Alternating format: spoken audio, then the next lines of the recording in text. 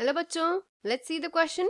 And here the question says that the lymphocytes are involved in producing certain proteins that are known as dash and that inactive foreign chemicals known as dash. So यहाँ पे question में क्या बोला गया है? यहाँ पे question में कहा गया है लिम्फोसाइट्स के बारे में. तो यहाँ पे जो लिम्फोसाइट्स इन्वॉल्व है उनको कहा जाता है बी लिम्फोसाइट्स. ठीक है, तो ये जो बी लिम्फोसाइट्स है ये इन्वॉल्व किस चीज में होते हैं? प्रोटीन्स. एक स्पेसिफिक प्रोटीन के प्रोडक्शन में इन्वॉल्व होता है, प्रोटीन प्रोड्यूसिंग. सो ये प्रोटीन्स कौन से प्रोटीन्स है? नाम क्या है इन प्रोटीन्स का?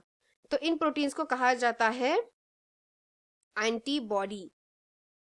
तो बेसिकली जो एंटीबॉडीज होते हैं ना, that and sorry here should be antibodies. तो वो जो एंटीबॉडीज होते हैं उन एंटीबॉडीज वो एक क्या होते हैं? प्रोटीन्स होते हैं और उनके प्रोडक्शन में इन्वॉल्व कौन होता है? बी लिम्फोसाइट्स इन्वॉल्व होते हैं. So here we are writing antibodies. So ये बी लिम्फोसाइट्स क्या करते हैं? एंटीबॉडीज प्रोड्यूस करते हैं. और इन एंटीबॉडीज का काम क्या होता है? इन एंटीबॉडीज का काम होता है इनएक्टिवेट करना एक फॉरेन केमिकल को. किसको इनएक्टिवेट करना है? एक फॉरेन केमिकल. और वो जो फॉरेन केमिकल है उसे क्या कहा जाता है? So that foreign chemical it is known as the anti. उसे क्या कहा जाता है? उसे कहा जाता है एंटीजन. एंटीजन. ठीक है, तो एंटीजन्स एंड एंटीबॉडीज इन दोनों का रिलेशन यहाँ पे है बेसिकली. तो लिम्फोसाइट्स क्या प्रोड्यूस करते हैं? प्रोटीन्स प्रोड्यूस करते हैं जिनको कहा जाता है एंटीबॉडीज.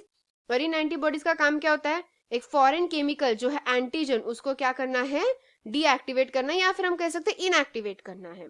सो दैट्स वाई यहाँ पे हमारा आंसर क्या होगा?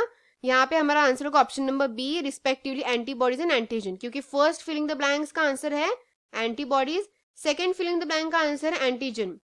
तो इसीलिए पहले एंटीबॉडीज लेंगे, बाद में एंटीजन. सो इसीलिए हमारे यहाँ पे आंसर कौन सा है?